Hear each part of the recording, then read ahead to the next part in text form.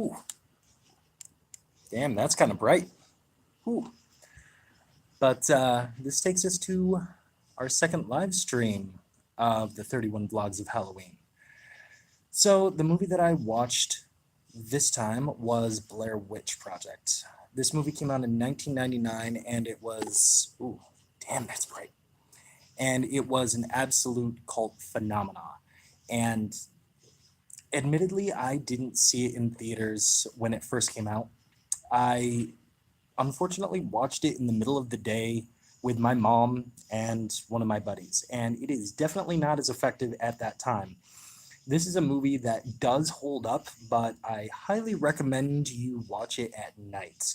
It is a perfect movie for that paranoia feeling, and yeah, holy camera exposure, Batman. That's very true. Um, it's a perfect movie for that paranoid feeling. It's definitely about getting lost in the woods. It's it definitely stacks up and holds up. It has that gritty feeling, and frankly, this is the movie that found footage as we know it today was essentially born from. But yeah, that was my pick. Definitely still love it. Definitely still recommend it. And it got me thinking about folklore, and it got me thinking about ghost stories, because the concept of this movie is a bunch of student filmmakers go out into Burkittsville in Maryland, formerly the town of Blair, and they're searching for like pieces to put together the true story of what might have happened to an old legend called the Blair Witch.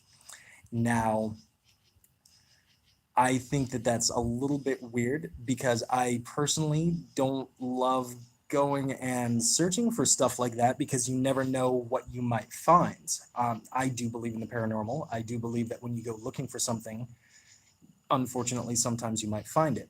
But while I'm watching this movie and they're starting to find, accounts of people that may or may not have seen something that could be attributed to the Blair Witch, and then they fall into their own legend of the Blair Witch, which a couple of sequels have come out from. Got me thinking about some of the things that circulate now online and some of the things that you may have heard or that I may have heard. For instance, I live in Buffalo, New York, or rather a suburb of Buffalo, but there's a lot of stories and legends around here. One of them being the Roycrofts down in East Aurora. That entire town, but specifically the Roycroft Manor, is known to be infused with spiritualism, which was a religious movement that kind of took hold in that town. Basically, the idea was that you could communicate with the dead. And I don't remember the name of those three sisters, but there were a couple of sisters that were known for they were found out to be charlatans and they were found out to be fakes, but there were these three sisters that became really famous by communicating with the dead, and they would work with each other on how they would go about doing it. One of them would like smack a stick and it was supposed to mean that, the ghost is speaking and stuff. But they became like really big in East Aurora. And even the Roycroft Manor, which is like a tourist destination now, and it's a place where you can get married, it's a place where you can, go and have drinks, it's a hotel as well. That place was built in a certain way because they believed that architecture could channel spiritual energy. And to this day, there are ghost stories that come out from the Roycroft Manor. One of the scariest ones I I heard about it the first time at a ghost walk with Mason Winfield, who is a published author. He's a friend. He's a really cool guy, and he used to do, I think used to, because I haven't seen him posting them online, but at least used to do these ghost tours in East Aurora. And he told me a story when we were having a drink afterwards of this friend of his that stayed in the hotel, and at about 3 o'clock in the morning, there was this loud knock at the door, and he got up to see what was there, looked through the people, there was no one there. So he tries to go back to bed, even louder. Sorry, I know I made the camera jolly a little bit, but hey, it's all in good fun. It's all in, keeping with the ambience here.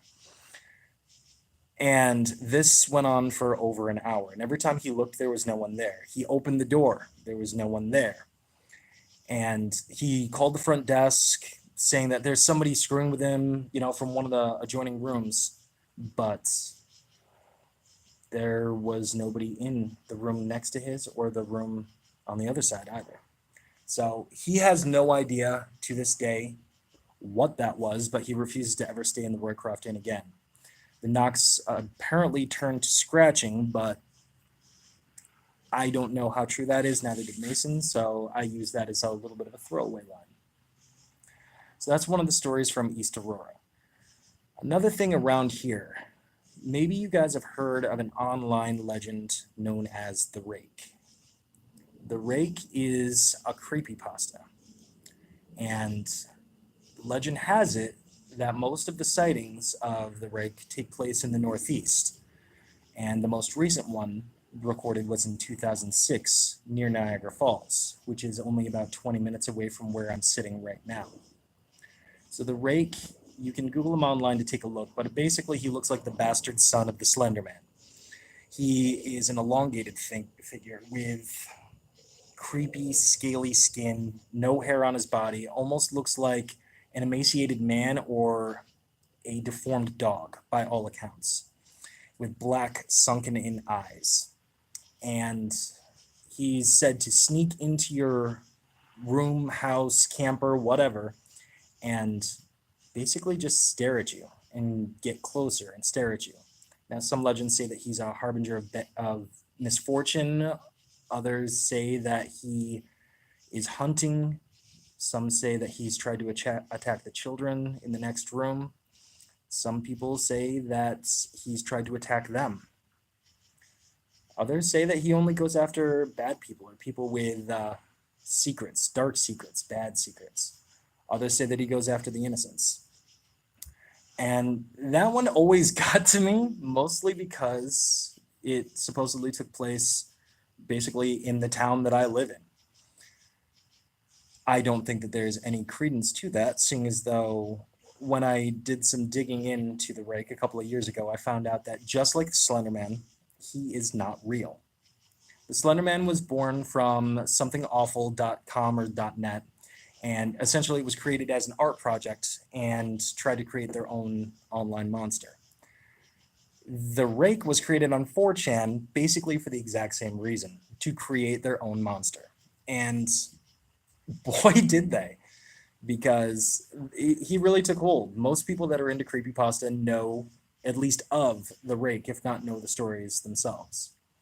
So it's kind of cool to see what folklore can be born just by deciding that you want something to be born. Because people have, to this day, still claim to see the Rake, non-ironically. There are stories that circulate that people would swear are true. They're not created by the creepypasta storyteller groups or anything like that. People actually believe that this thing is out there. So, oh, Anna's in the house and she's saying that that is definitely one that scares me. I love it. Yeah, the Rake used to creep me out too before I found out that it was a fake story. But if that's the case, then why are there still so many sightings? Is it just paranoia? Is it people wanting to see something? Is it people just flat out lying? There's a whole mess of reasons that people could be seeing things. But creepypasta have become their own version of folklore. To those of you who do not know what creepypasta is, they're online urban legends and ghost stories. We live in a new world now since the advent of the internet. Ghosts aren't just out here in the woods where I am currently. Well, actually, I'm in a gazebo, but I'm close to the woods. The woods they're right back there. Online, it's a whole new game. The computer screen is essentially your campfire. And when we're reading creepypasta or listening to horror narrators like Mr. Creepypasta or Anthony from Irrational Fears, those are the people that are telling the stories around the campfire, and they're intended to scare you in the same way. So, I mean, we all have the campfire stories that we remember from our youth, the guy with the hook hand, stuff like that. You're picturing ghosts hovering in the woods behind me? Well, supposedly they're haunted, which is why I chose this location. So you never know. Um, so everybody remembers, the guy with the hook for the hand, or the guy who's parking with his girlfriend up on Lover's Lane somewhere and disappears for a while, and all of a sudden the girl hears that scratching on the top of their car, and lo and behold, it wasn't somebody scratching, it was his toes scraping on the top of the car because he was being hanged right above her. So people remember that. One story that definitely scares a lot of people is the little kid that used to put his arm over the bed and have his dog lick it when he goes to sleep.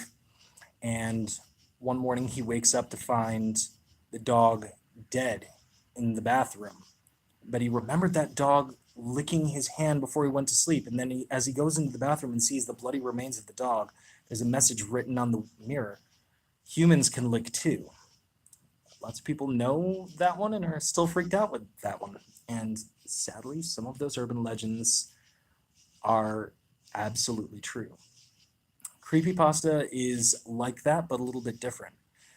Now we're all, like I said, sitting around our computer screens with a dude with a weird camera telling you guys creepy stories and trying to give you the shivers on a YouTube live stream. Some of these stories are definitely fake. People have come out and taken writing credit for it. We all know the origin of now the rake. We know that the Slender Man is not real. Some of them, on the other hand, are anonymous to this day and still freak me out. Like the story of Smile Dog, which was supposedly a JPEG that was circulating around in the early days of the internet from chat room to chat room. And if you ever saw the actual picture of Smile Dog, it was said to drive you insane. And every time you start to go to sleep, you hear the words, pass it on, pass it on. And the only way to get rid of it is to make a copy of that picture and send it to somebody else in a chat room or, as a piece of chainmail. So it's almost like a chain letter mixed with that movie, The Ring. But here's the thing. To my knowledge, to this day, nobody's ever come out and taken ownership of that story. And I've known about this story for, Jesus Christ, at least 12 years. And I've looked into it. I have not found an author. And people to this day still get creeped out over the prospect of Smile Dog or SmileDog's .jpg. Legend has it that in the actual picture of Smile Dog, you see the true face of Satan. It's definitely horrifying, and the original story that still circulates to this day has to do with somebody that heard about this story in a chat room and went to go check its veracity and stumbled across a lady who had it and never passed it on until she did. Until he interviewed her, she told him the story, she gave him the picture and killed herself the following day. And that's pretty much where the story leaves off. As the guy does not want to be haunted by the Smile Dog, he passes it on to all of us, which is a great way to hide, a true legend, if it may be true, inside a really creepy story. That makes you wonder, oh crap, did I just see a picture of Smile Dog? I've seen lots of pictures, and I have not been haunted in my dreams by a giant smiling husky yet. And yes, all of the pictures that I've seen of Smile Dog are huskies, which is my favorite dog. I have not been haunted yet. I probably haven't found the right one, or maybe it's just an untrue story, but like I said, who's to say? The last story I want to tell is about Robert the Doll. Robert the Doll is a legend and ghost story that comes out of Key West, Florida. I thought, was the perfect one to end with because of its cultural impact. How many of you guys have seen any of the Chucky movies? Child's Play 1, 2, 3, Bride of Chucky, Seed of Chucky, Cult of Chucky, Dance of Chucky, Chucky Baloo, whatever the hell. Did you guys know that Charles Lee Ray, the killer, aka Chucky, is inspired by a true story? That is the story of Robert the Doll. The doll was given to a little boy named Robert Eugene Odo in Key West, Florida. And due to the fact that he always went by his middle name, Eugene, and then shortened it to Gene, he decided to give this doll his first name, Robert. He was obsessed with it. It was a little, like, not really so little, it was like a 3-foot doll that was dressed up as a sailor and holding a stuffed lion. And he used to take it everywhere. He used to pretend to feed it. He used to talk and have long conversations with it. He brought it to church. He brought it on outings everywhere. This doll was inseparable from him. His parents didn't really think anything of it until he started having longer and weirder conversations with Robert the doll. And then they started to hear a voice answer back. And at first they all thought that it was just, Gene changing his voice, how are you doing today? Not bad, how are you? Stuff like that. But the tone of the voice and the cadence and how deep it was led them to realize that there's no way their son could make those types of noises. Not at his age. His voice hadn't changed like that yet. And then Gene started to have night terrors. He used to wake up screaming bloody murder. He would end up having cuts and bruises, and he blamed all of them on his doll Robert.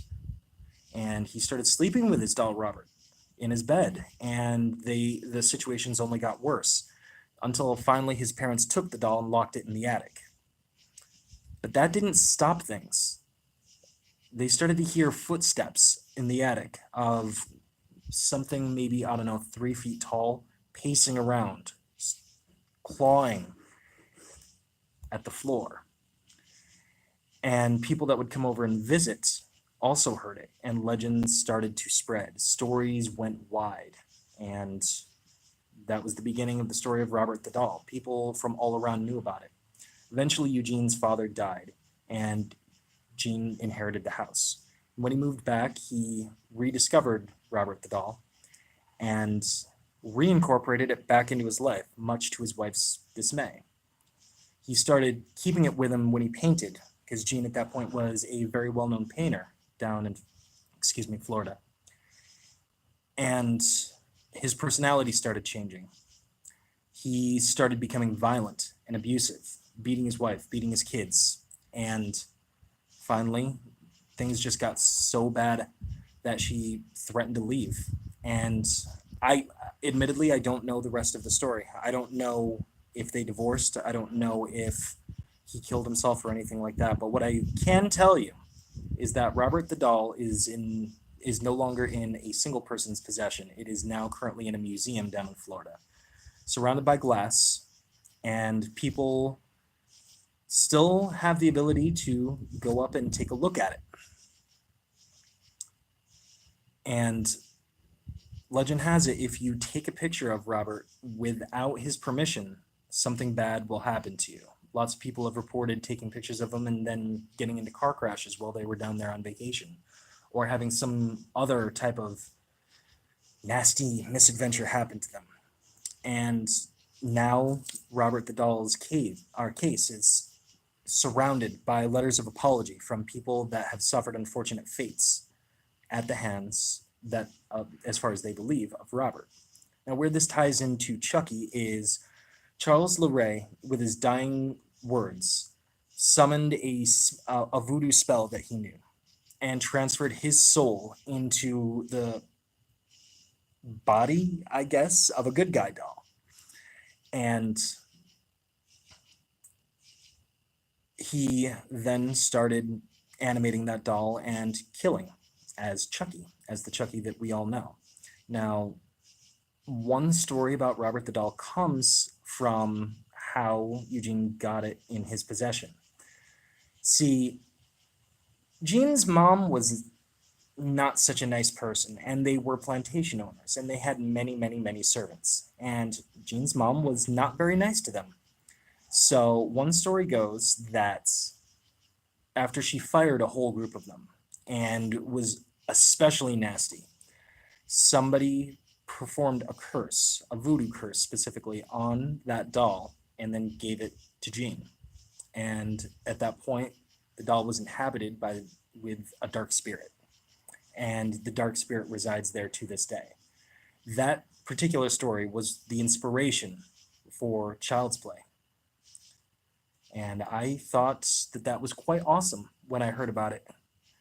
That a story about 107, I believe at this point, that we know of, Year Old Doll, inspired one of the coolest movie slashers that we have with us today. As a matter of fact, now that I'm talking about this, I really should do Child's Play for 31 Vlogs of Halloween this year, shouldn't I? Like maybe the original one or maybe Bride of Chucky. I haven't seen that since I was in high school. But yeah, that's going to take us out of it. That's about 20 minutes of ghost stories, my little mini review of the Blair Witch Project, which, by the way, I did enjoy.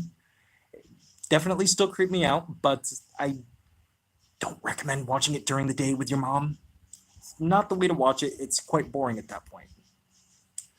So that's going to take us out of it, guys. I hope you enjoyed the live stream. If you were not able to catch this show live, then it's going to be up.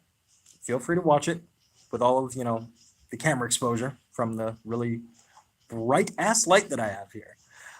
Smash that like button, which I see a couple of people already have. And don't forget to subscribe to the channel. We've got a couple more live streams that are going to be coming up this year. Or not this year, this month. I think I have to get going. I'm pretty sure somebody's coming to tell me that I can't be here.